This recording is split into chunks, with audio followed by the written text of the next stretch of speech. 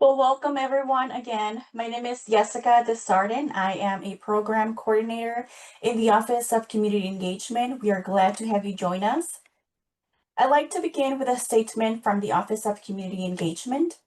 We wish to acknowledge the Indigenous people who are past and present stewards of the land on which we pursue our just cause of improving health for all. Please note this session is being recorded and please be sure you are muted throughout the presentation. We encourage everyone to use the chat bar to share comments or post questions for our guests at any time. This monthly series features community partners and the important work they are doing. We highlight their goals, motivations, and accomplishments and the ways they have partnered with people and programs at MCW. Today, I have the honor to introduce Patti Habeck as our featured guest. Ms. Habeck is the president and CEO of Feeding America Eastern Wisconsin, Wisconsin's largest hunger relief organization. Patti leads the organization with a footprint of 35 counties, and a network of nearly 400 food pantries, meal programs, and hunger relief organizations. She uses innovation, collaboration, partnerships, and determination to address one of the most complex and dynamic concerns facing the community. Thank you, Patti, for being our featured guest today. I would also like to welcome today's facilitator, Dr. David Nelson. Dr. Nelson is an associate professor in the Department of Family and Community Medicine at MCW.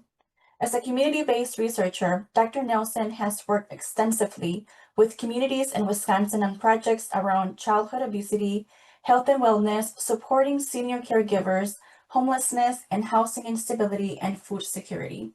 Thank you, Dr. Nelson, for being our facilitator today. I now turn it over to you. Thank you, Jessica, and I really appreciate the introduction. And it is such a joy for me to enter into a conversation with Patti Habeck. Patti, it's good to see you. You too. You know, I think it's important for me to state that I am a board member for Feeding America Eastern Wisconsin, and I have known Patti for over a decade. Neither of us have a conflict of interest here, financial conflict of interest. I want to start with a little bit of history, and I've known Patti for over a decade. I remember Leslie Ruffalo and I came up to the Little Chute location, and we met you, and you were talking about some amazing things that are going on. You've been at Feeding America for over a decade, first as the executive vice president, then as the president, and now as the CEO and president since 2019. And I've known you to be a humble individual, so I'm not going to speak too much about it. But if you look at her LinkedIn profile, which I'm doing now, she's been awarded over 15 different honors and awards. And she has done some amazing work all in the community. And she just continues to volunteer. She is the Titan 100 in October 24, and she was awarded a Women of Influence by the Milwaukee Business Journal in April of 2024. She won't speak of that, but she is a person who really the song "Come Together" really, I think, speaks to who you are. Patti, tell the audience a little bit about yourself and how you became affiliated with Feeding America. Sure. Thank you. And thanks for that nice introduction. So yes, I joined Feeding America back in 2011. And really, I thought it was a short-term gig. I had been in nonprofits, and at the time, I was over at the Community Foundation for the Fox Valley in Appleton. And a board member at Feeding America had asked if I would temporarily leave my job at the foundation and build the new food bank in Appleton to complement the food bank in Milwaukee. And I figured, I would do it. But I remember saying to him that I wanted to make sure that the Northeast Wisconsin needed another food bank. And that was my first question to them. And the only way I knew how to do that was I said I would go down and visit the Milwaukee Food Bank, but I wouldn't talk to any management, anyone. The only people I would talk to were line level staff or volunteers or community members to know what is the real story about Feeding America, and why is it that they thought they needed another facility in Appleton. And after 2 days of volunteering down there, I was not only excited about the mission, I understood the value of what a food bank can bring to the community, how it complements the food insecurity network. So I went back and talked to my boss and told him that I was going to leave for a few years, build the building, and then I'd come back. And, 13 years later, I'm still at Feeding America, and I still tease my old boss that I'm coming back someday. But I realize that this is a path for me that will probably be where I end my career. And I just really enjoy it. It's not something I intended to go into, but it certainly is a mission that's called me. Yeah, I appreciate that. And I think all of us that enter into the space of food insecurity or housing insecurity, what have you, we want to work ourselves out of a job. We don't want to be doing this. We don't want to institutionalize these, because at some level, we'd really like to see people being able to take care of themselves in that space. But tell us a little bit about, your journey from when you began to where Yeah. you are now. And I don't want to get into how things are going, but, I can't help but think about, as I've seen this, the shift in how we think about this. What have you seen from your perspective as the leader of the organization? Yeah. When I first joined Feeding America Eastern Wisconsin, we were traditional food banks. Food banks started back in the late 70s, early 80s. Feeding America Eastern Wisconsin started in 1982. And it was really about rescuing food that was excess in the food system, primarily from retail, somewhat from farmers, rescuing that and just moving that food over to people that expressed a need, generally through food pantries and meal programs. And when I joined back in 2011, the mission was already, or the concept of food banking was already outdated. And the reason was that while we still had a lot of waste in the food system, it wasn't taking into account the level of nutrition insecurity that actually existed. We needed to start focusing on nutrition, on the quality of food that we were giving. And primarily in Wisconsin, an agriculture state, we weren't actually even partnering with our farm sector to try to grab some of that food that was coming fresh off the farms and make sure that we could get that. And the distribution system hadn't been updated in a long time. So I knew that when I came in after building the food bank, and even as I was building the food bank, my mind really started going to, we needed to shift from serving the need, primarily just moving food from where it was to where it needed to go, which is still an important aspect of our work. But we needed to add a really big, important component, which is solving hunger, looking at the root causes. How do you start reducing that line? How do you actually start fixing it? And that included looking at the type of food and all of that. And so I started spending a lot of time on that solve side. We were pretty good on the serve side, so that was always going to be there. But I wanted to really spend some more time on that solve side. And I'm a very curious individual, and I'm actually somewhat of a, I'd like to explore possibilities. And so I spend a lot of time exploring what other things are going on in both in the industry and in nonprofits. What are some creative new ways that we can start to look at things like distribution? So we started looking at way back in, 10 years ago, even longer, we started looking at mobile distributions, and that was an innovation at the time. And that meant that we could get food to wherever it was needed to go. We didn't need to just do it through the food pantry system. That was good. The food pantries are always going to be our major partner, a critical piece of the puzzle, but we needed something to fill the gaps, particularly in the rural communities or in communities or neighborhoods where the infrastructure just wasn't there to serve. So we started doing mobile service. After we got good at mobile service, we started asking the question, if we could do mobile distributions to groups, can we also do it to individuals? So we looked at things like partnering with DoorDash or new ways to distribute pretty much direct to consumer. And fast forward to just late last year, we were able to start looking at distributions even in how do we bring food even closer. So we started placing refrigerated food lockers in community. We have one in Northeast Wisconsin, and we're about to place our second in Southeast Wisconsin. And we have a whole bunch of people in line for more of those. What we were able to look at is how do we use the infrastructure that already exists to provide food to individuals? And all of that has to go hand in hand with technology. So we had to understand what technologies were out there and how could we apply them, such as online ordering. It's real critical that we want people to be able to still choose the food that they want, much like they would if they walked through a food pantry. So we had to partner some of these innovations in distribution with things like online food ordering. That way people can choose their food and then we could deliver it anywhere, to their house, to their third shift place of employment, to a library, boys and girls clubs. And so we really got good at understanding it, and that innovation continues, is we're always forward thinking to think not only how do we shorten the line, how do we do the service that we do, but also how can we think and differently and use infrastructure differently to save money on those infrastructure costs and put more money towards the food that people actually need. I think you really are highlighting a dissertation worth of information there. And I want to back up just a little bit because you're saying some things that I think are important here. You mentioned the idea that a food bank is as we are a food bank as a distribution space for other organizations that provide food.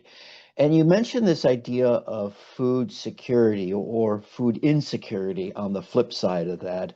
But you also mentioned nutrition security, which is also something that I want to get into in a little bit.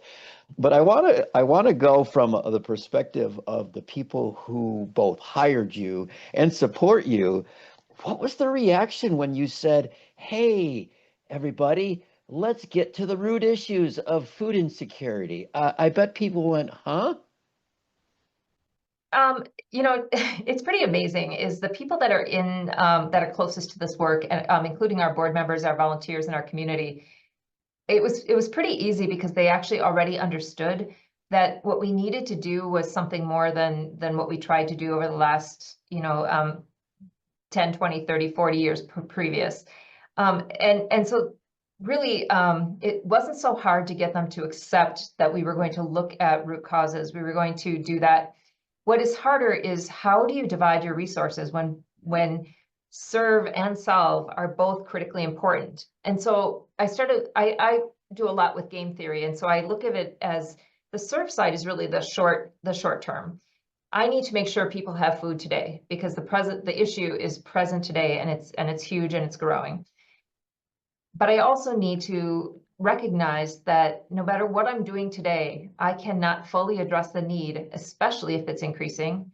And therefore, I need a different intervention to be able to serve in the future than what I have today. And that's where the idea of solve came in. If we can shorten that line, if we can push those numbers down, we could actually start looking at how do you, like you said earlier, how do we actually eliminate the need for such a thing as a food bank or food pantries?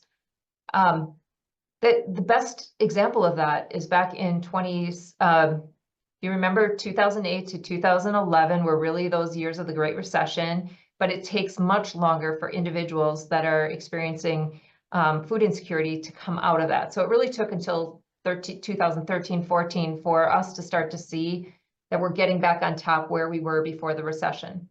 Then we had a couple good years in there where we can actually apply some of our work and push those numbers down. And we were seeing that. We started to see food instability numbers stabilize and then start dropping. We knew that what we were doing was working, anecdotally more so than measured, but we knew that those numbers were going down. And you can go back and track food insecurity over time, and you'll see that time period where those numbers started to fall. We were feeling very optimistic. And then in our world, 2017-18 is when during the first Trump administration, there was the trade mitigation with China, and that really led to a disruption again. And that disruption was sizable for our farmers, which is where we were getting a lot of our foods from. So at first we saw those numbers start to go back up. It's the way things were going. And then there were some interventions by the federal government that allowed us to kind of stabilize again. We were feeling okay. We thought we could start pushing those numbers down again, and then COVID hit. So you see a lot of ups and downs, but you also see at what points, what was going on in community when you saw those numbers start to go down. That's why I have the belief that we can do it again. We actually saw it again in about years 2 and 3 of COVID. Once all the interventions from the federal government started kicking in, those numbers started going down. We knew that if, as a whole, we were applying interventions, we could affect those numbers, both rising and falling, depending on what was going on in community. So I have a lot of hope that if you put the right interventions in place, if you put the right efforts in place, you can impact those numbers and get them to point downwards. You've really been I can say as a board member that I really appreciate your ability to react to the conditions. And there are 3 here that I am amazed that when you look at it intellectually, you're thinking, how did we do that? The idea of a recession when the stock market was down and people were out of work. And that was, when I came to Milwaukee, the idea of a farm disruption and the disruption of federal government with what they did for subsidies for farmers. And then the idea of COVID, which is, I think, in all of our memories. How have you maintained your sense of optimism in these spaces? And how is that translated to the work that you do on your team with the people that you work with? So optimism first is, the song you heard is not by accident. The idea of together, come together, has always been a through line for our organization. In fact, it's a tagline we use: together we can solve hunger. And you see us and have us in a lot of our work, on our signs, on our trucks, on our shirts, on our branding. You'll see together we can solve. And the optimism really comes from, you have seen that when people come together, and it's from all sectors. It's not just the staff, it's not just the volunteers, it's not the people who walk in our door. It's really when you put everybody from the people that are receiving service from Feeding America Eastern Wisconsin or one of our partner pantries, all the way up to board members and to community and donors and staff and everything in between. By putting all of that together, you know that there's only room for optimism. Now, that's not to say that we're always entirely optimistic. I will say that, COVID really threw us. It was a challenge. I remember I actually went back and pulled out an email from January of 2020. So before we really knew what COVID was, I had written an email to our staff saying, hey, there's something going on in the world. I see it at the time. We were actually seeing it by pork prices, believe it or not. So why don't we make sure that we overstock our facilities, our 2 food banks? Let's make sure that we're above 100% capacity on our food banks, just in case prices get rattled, because something is going on. And I still pull that email and I look at that and I think, well, how did we know that? Well, it's because nothing just suddenly happens. Everything is connected in a continuum. And we were noticing that something, even though we couldn't say what, was leading to something else. So when COVID actually hit and everything began to shut down, I remember the very first thing that I was concerned about, and some of you might remember this, is being classified an essential worker so we could actually have our trucks and our people out on the road, that it was okay. I mean, at the time, we didn't even know if you would get pulled over. Did you need certification? We actually carried certification that we were essential workers. And then it went from there. And, those were the times that shake you to think, what needs to happen? And I said, we're going to keep our facilities open now more than ever. We're not going to shut down our facilities, not just for ourselves, but we're going to do everything possible to make sure that nothing shakes the system up so that our facilities continue to operate and we can keep going. And it was just a series of decisions. As our pantries started to close, we started using our mobile trucks to deliver to that. I remember one pantry in Northeast Wisconsin that serves 1,500 people a week, and it was a key nonprofit for the area. They called us and they said, we have to shut down. We don't have, everybody sick, and they're all senior volunteers. And we actually pulled our truck up every single day outside of that under their umbrella so that they could keep serving and there was no disruption to community.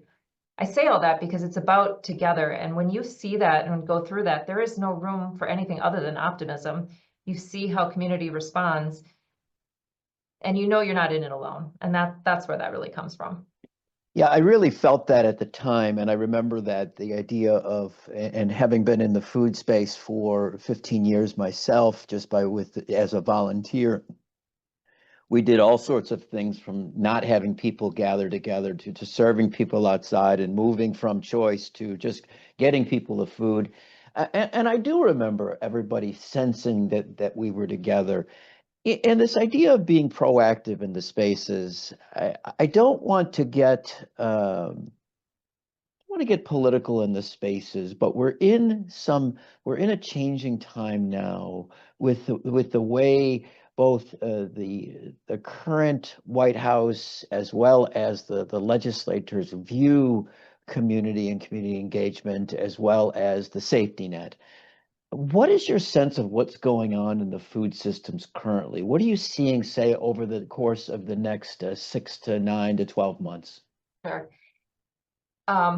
This is one of those times that we've gathered our staff together and we've talked again about going through a major disruption, as we did during COVID and others. The difference this time that I mentioned to them is during COVID, we didn't know how long it was going to be. We didn't know it was going to end up being a 4+ year disruption when all was said and done.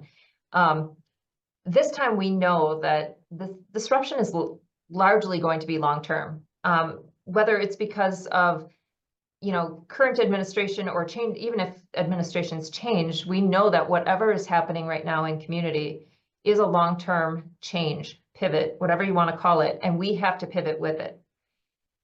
Hunger is not political, so that's one thing that we always put it out there. There is no politicalization of hunger, and both sides of the aisle strongly support food security. So there's no question on that.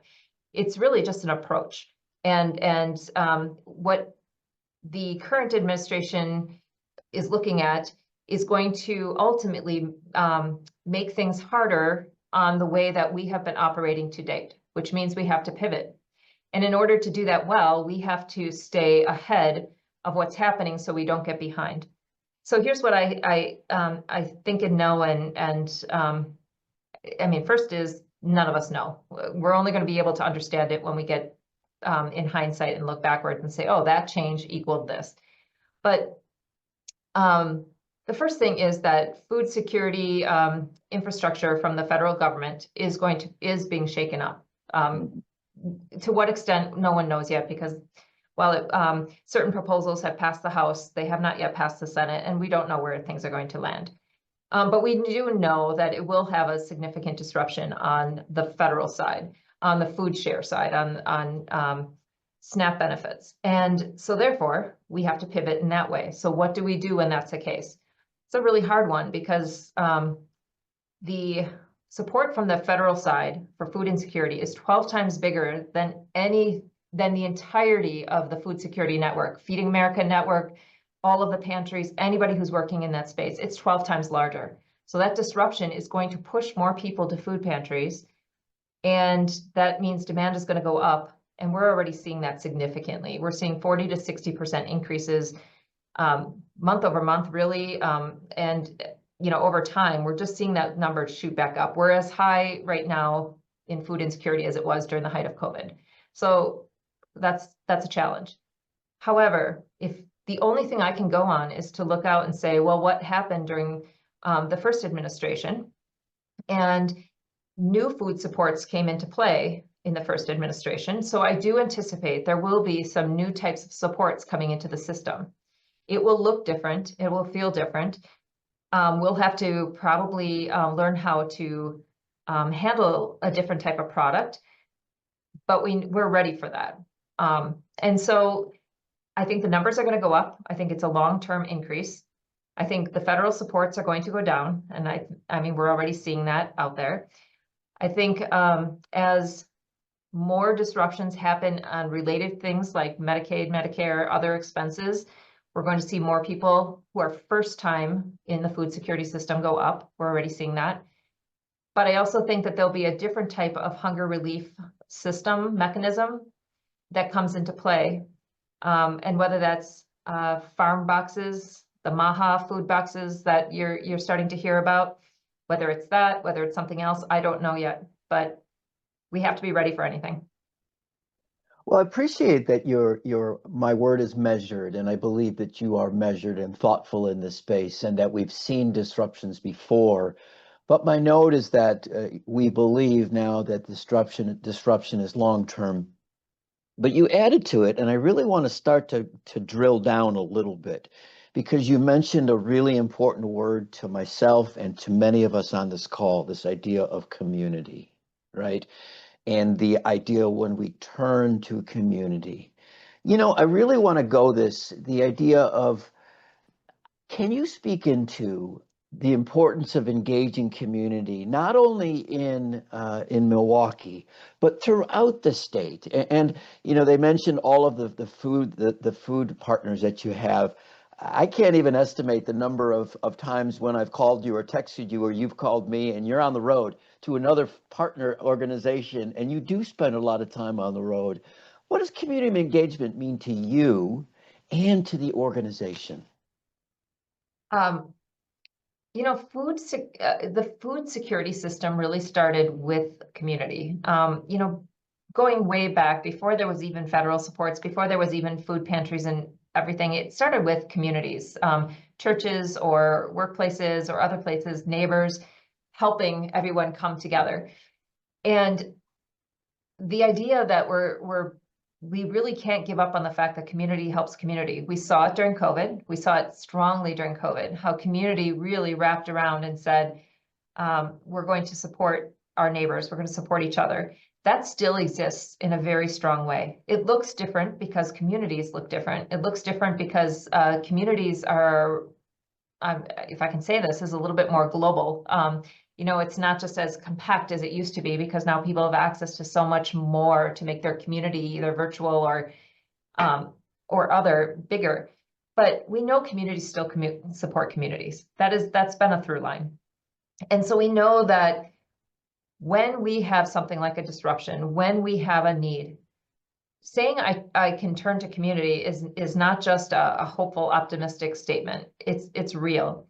And what that looks like to me is we have connections, and it's one of the important pieces of being part of a food security network. The network is the big word there, is we have connections with all the major food growers, grocers, retailers, producers, and we can tap into them. And that's what we're actually doing right now. So our very first step in this current situation is we turn to our food providers, and we are really asking them to dig deeper. We then know that we have to have more volunteers to process the food and to get it out, and to do more complicated type of volunteering, such as repacking. I can get a lot of bulk food right now. I can trade across the country for bulk food, but I need more people to pack. So we turn to our community and we ask for volunteerism.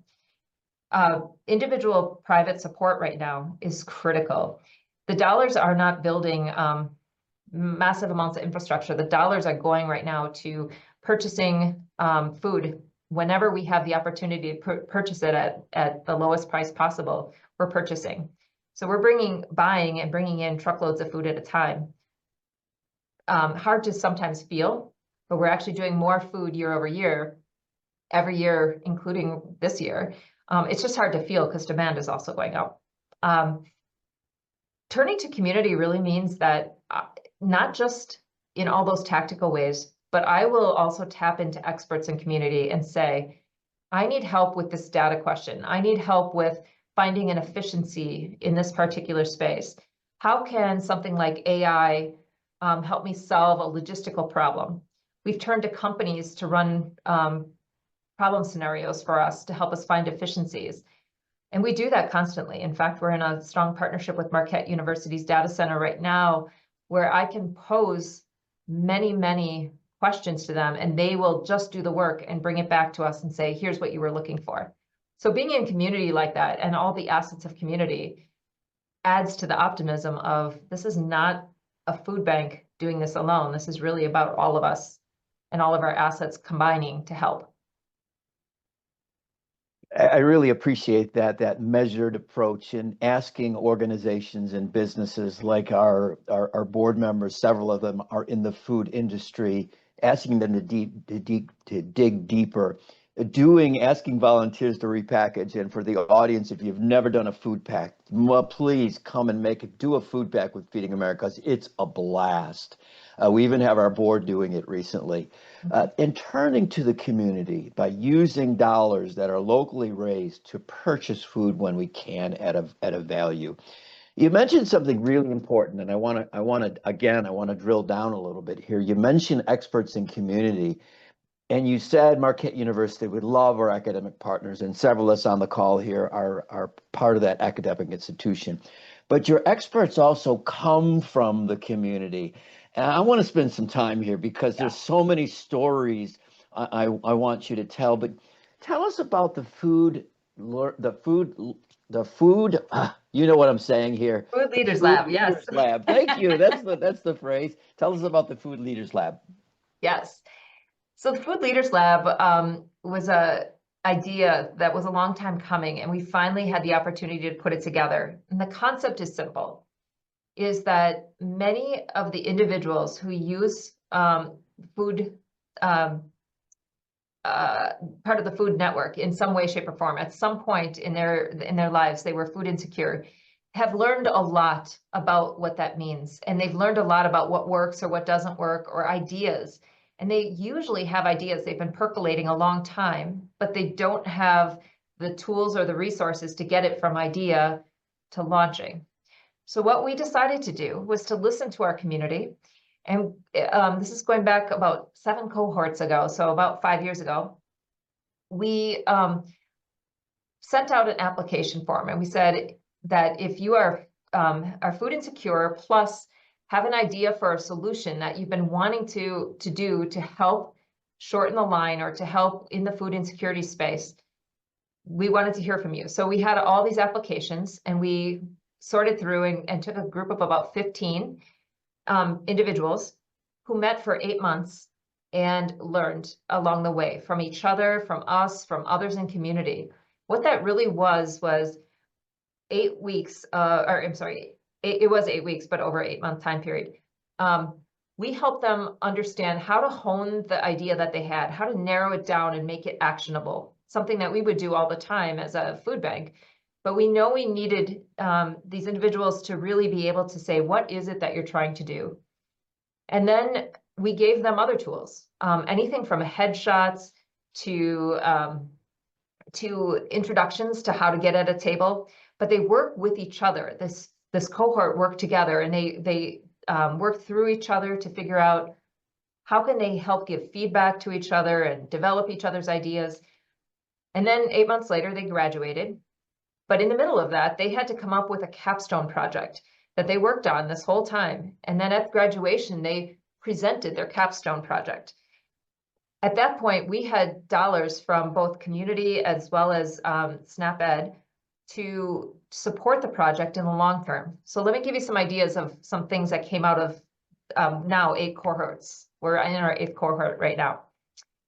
One individual up in Northeast Wisconsin, he had his family out at a salmon spawning site in Northeast Wisconsin, which is a very common thing to do in the spring. And he was talking to the DNR guy, and he said, what do you do with the salmon after they spawn? And he said, well, they go to waste, essentially. Sometimes we provide them to dog food companies, but otherwise they go to waste. So this individual who has food insecurity as part of his life story said, well, can I get some of that good salmon protein and provide it to my community? And the answer was no, because of food safety, especially around fish. That's one of the hardest food safety processes. So he came back and he said, this is my capstone project. He goes, I'm going to get them to say yes. And so we all worked together on this, and we helped him find a processor. We provided transportation. So we had the cold storage chain and the HACCP certification we had. And in the end, a project called Upstream project or Innovation Upstream was launched, and we were able to rescue, DNR said yes, and we were able to rescue all that salmon protein. And now we've done it for a number of years. And it's, 30,000 pounds at a time, which is quite a bit. And considering food banks never get fresh salmon, it was pretty spectacular. That's one outcome. So many others. Some people ran for office. Some people started nonprofits. Some people went from being a volunteer to actually starting a nonprofit and actually getting a paying job, helping thousands of people a month with food insecurity. So the stories just go on, and every year they get better. We now have this cohort, and they still meet and support each other. We still support the projects at the back end of it, and it's just led to so many solutions. And when you think about it, if you keep doing this at scale, you will have a lot of people that are better because their community is being taken care of by people who understand the issue most. Yeah, I love when people tell you, no, we can't do that. I'm sorry. Real Um, motivating. yeah, I really appreciate that. Tell the story about when you took some folks to Washington. So there were a couple of opportunities that we were able to send folks out to Washington, but one particular one of the women that was in our first cohort, she and I are still friends and one of my favorite people in the world. Her story, and she would be okay with me sharing this, as a grandma, she's raising her grandchildren because her son died of gun violence. And so I got to know her over the years just because she was doing so much volunteering, so much work, but she had never had the opportunity to have somebody support ideas that she has had about how to make things better.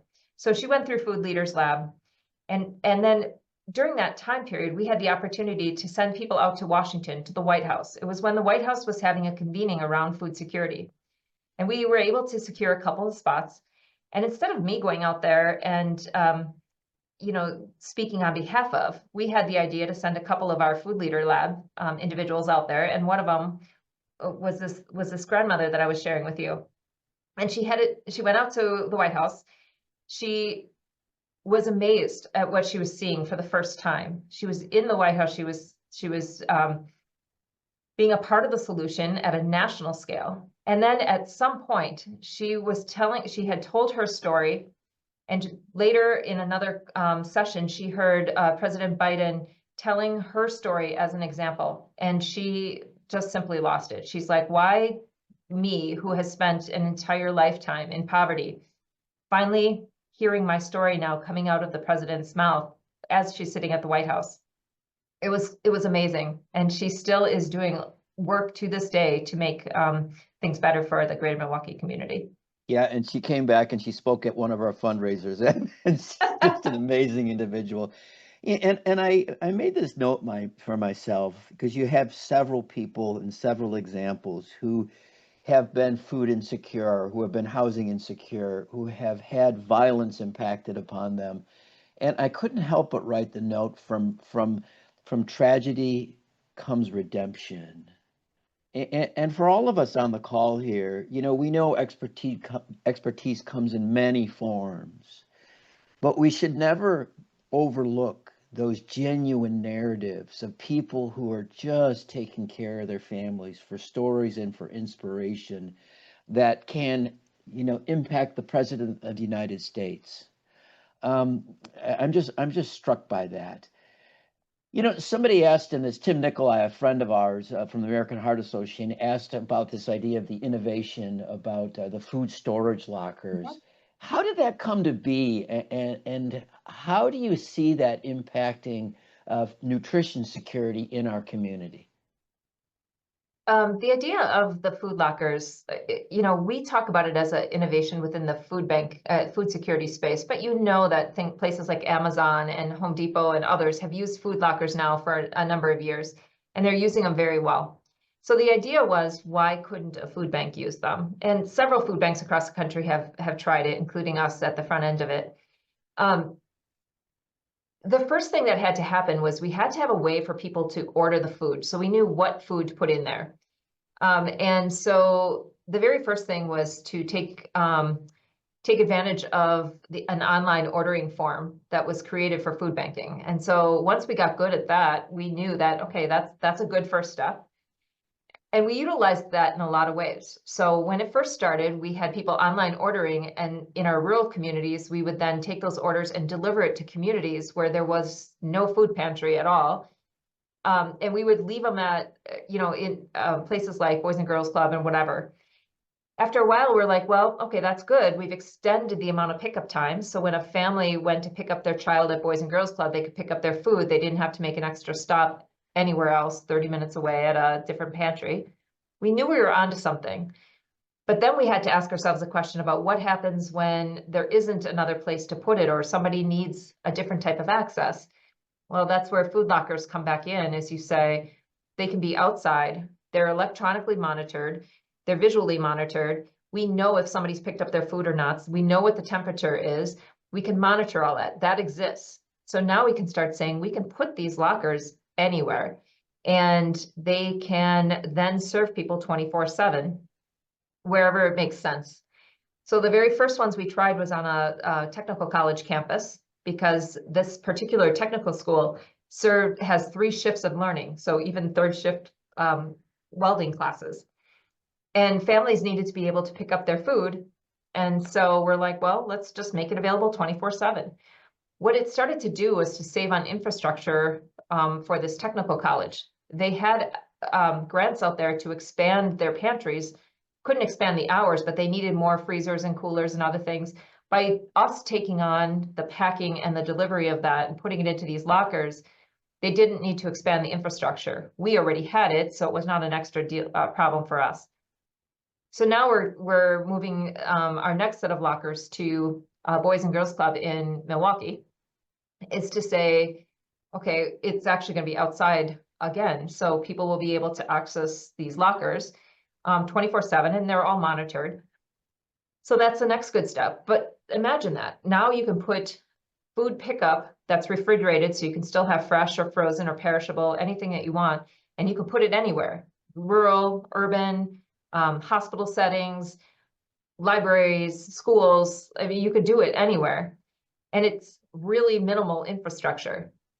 So it's an innovation that we knew was coming as a next step, and we're excited that it's there, and it's going to lead to new ways of serving. So when you put it all together, now we have pantry systems, which are incredibly important for things like wraparound services, and to help people when they don't know where else to go, and to really work one-on-one in community. Then we have distribution systems that can go out to things like Boys and Girls Clubs and schools and other things, mobile pantries. And now we have this 24/7 refrigerated food locker piece. We really are starting to close a loop on how to make sure that we're able to serve people where they are in whatever situation they're on. Yeah, and these are really, these innovations are happening because people think of them, and then we ideate on these ideas. I want to, before we run out of time, I really do want to speak to, you really approach this from the holistic view of one Wisconsin, one people. There was a project that just has touched my heart over the years, and I'm going a little bit off script, but I know you know it well. Can you tell everybody about the Tribal Elders Food Program that has happened, and what has that meant for not only the idea of community engagement, but food sovereignty for our Indigenous peoples? It's funny you ask about that, because I'm in my Appleton facility today, and the pack is actually happening right now as we speak. So it's a good time to speak about this. This is actually a silver lining of COVID. During COVID, or actually prior to COVID, if you remember the food distribution boxes I mentioned from the trade mitigation in 2017, 18, something like that, the foods that were delivered at the time were, we were trying to get them onto into the native spaces, onto the sovereign lands, but we were not able to get the uptick that we wanted. That people were not taking them. They said, this is not food we recognize or that is good for us, and we just couldn't get it there. And yet poverty was persisting, especially among tribal elders. So we said, okay, we're doing this wrong. And so ourselves and the state and Feeding Wisconsin and a number of entities came together with the tribal nations, and there are 11 recognized ones in the state of Wisconsin, And we said, okay, what are we doing wrong? And they're like, well, first of all, you have the wrong food. We really need a food that the elders recognize and will accept. And I said, okay, well, where do you get that from? You get that from indigenous growers. So anyway, the conversations continued. This was not a fast thing by any means. This has taken a long time to get to. But during COVID, when there were extra dollars available to purchase, and our farmling program that we started a number of years ago, we were able to apply funds to purchase from indigenous growers, things like fresh bison and salmon and wild rice and all the native foods primarily grown from native growers in Wisconsin. And by doing that, we were, for one, able to create a network of growers. And we started investing into infrastructure for those growers. They always wanted to develop a food hub. We know how to develop a food hub, but we don't want to run one. So we just combined all our thoughts together and we created this network of purchasing from tribal elders. So that's one good thing. Then we created these food boxes. And the food boxes, when we delivered them, they went out to the elders and the response was outstanding. It was amazing. And it was because it was a whole network. It's truly a collaboration. I cannot say Feeding America leads it because we do not. We're a participant. We make it happen. We do the physical stuff, but the tribes designed it and they were all part of it. Anyway, what's happening now is this is our fourth year with it. And we keep increasing it. The governor is supporting it. So the state is providing dollars into it. The nations are now talking to each other. And they have this commonality. So they formed what Robert Wood Johnson just announced. They formed this nonprofit now that they are working together. We're a part of it. It's called Glyphic. And we continue to make connections through food. It's one of the best projects that I've worked on, and I'm really, really proud of it. But it is not something that I can say that we alone led. It was truly a collaboration from beginning to end. Yeah, I love the story and I love the idea of the native growers. And you mentioned a word that is just so important in this space, the idea of a network collaboration. And I added for myself, coming together, if you will.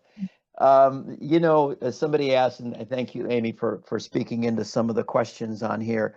But if people want to volunteer, they just go to the website and you can sign up, and there's lots of ways for people to do that. And I'll add a layer to that if you look through Impact 211 on their website, you can find food partners that are part of the Feeding America network that you can volunteer at. For years, I've been part of the Nourish MKE network, and several of us have. But Patti, how can people help? I think that I don't want to get away from us because we're running nearly the end of the time. I know. How can people help? We'll make it simple. We always say it's food, funds, and friends. And defined is if you have food or you want to purchase food and deliver it either to Feeding America Eastern Wisconsin or one of the food pantries that are out there, food is always critically important.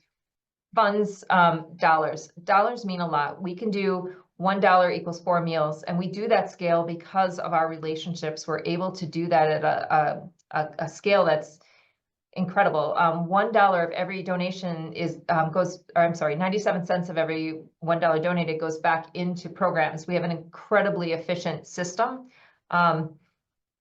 Friends, this is where things get really great. The other things are important, but this is also critically important. Volunteer either with us or with the food pantries or with another nonprofit. Quite honestly, volunteerism is just incredible. But also think about, beyond physically volunteering at a site, what else can you offer to the system? Do you have an expertise that might help? I am looking for help all the time. I'm in the middle of understanding how AI can augment the work we're doing. And I reach out all the time to say, who has an expertise in AI? Who has an expertise in health, nutrition? We're lifting up right now a healthcare partnership model where we're looking to diversify into that meal space. If you have a specialty there, if you have something to offer, please do think about how it can benefit the hunger relief system. This is a big problem, and it doesn't go away unless all of us come together to work on it. Yeah, I would agree. And I often talk about to physician trainees and to physicians themselves to say to think about how you've been trained as a physician and apply that to these social structural issues that we have. Patti, is there anything else you want to tell the audience? No, I love my job. I know it's hard work at times. It's certainly a hard issue to work in. It's hard to see this. It's hard to be on the road all the time. But in reality, I wouldn't really change that because it is where I get to see. I mean, where else do you have where everyone gathers around and you can see people at their most human and have a part in being with that. And I very much invite you to get involved in it and from whatever way you can. If you are curious about anything I said or want to know more about it, please do reach out. My email, my LinkedIn. I'm very active on LinkedIn. I tell a lot of our stories on LinkedIn, and just reach out and I'm happy to share because it really is a heavy lift and we need more hands in the puzzle. Yeah, she really means it. And she is just a champion for engaging the community. And we didn't even get to talk about the healthcare partnership or about the staff, because I know they're all dedicated. There are people throughout this system, from you and the board to the staff, to the administrators, to the leaders, down to the people who give you a few dollars just to go buy some food for the families. It's more important than ever that we continue to support our local organizations. And if it's not food, find something that you're passionate about and go support it, because pick a direction and there's a need. Patti Habeck, thank you for joining us today. Jessica, over to you. Thank you. Thank you, Patti, for being our guest today and sharing with us. And thank you, Dr. Nelson, for facilitating our discussion today. And of course, thank you everyone who joined us. Today is our last session for the season. So we are very grateful that you joined us today and the previous months. We are going to take a break for the summer. But we are looking forward to welcoming you again in August when we resume our season. Please feel free to fill out our survey. I have dropped that in the chat. You are also getting to get an email later tomorrow with a survey. Please let us know how we can get better, who you would like us to feature. And you'll also receive a recording from today's session. But again, thank you all for joining us. We hope to see you later this summer. Thanks all.